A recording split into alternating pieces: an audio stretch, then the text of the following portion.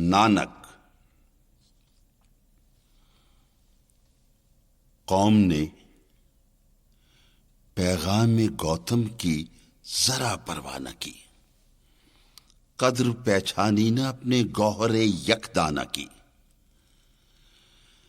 آہ بدقسمت رہے آواز حق سے بے خبر، غافل اپنے پھل کی شیرینی سے ہوتا ہے شجر۔ آشکار اس نے کیا جو زندگی کا راز تھا، ہند کو لیکن خیالی فلسفے پر ناز تھا۔ شم حق سے جو منور ہو یہ وہ محفل نہ تھی، بارش رحمت ہوئی لیکن زمین قابل نہ تھی۔ آہ شودر کے لیے ہندوستاں غم خانہ ہے، درد انسانی سے اس بستی کا دل بیگانہ ہے۔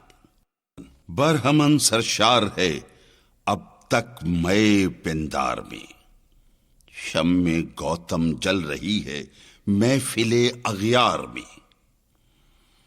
بت کدا پھر بعد مدت کے مگر روشن ہوا، نور ابراہیم سے آذر کا گھر روشن ہوا۔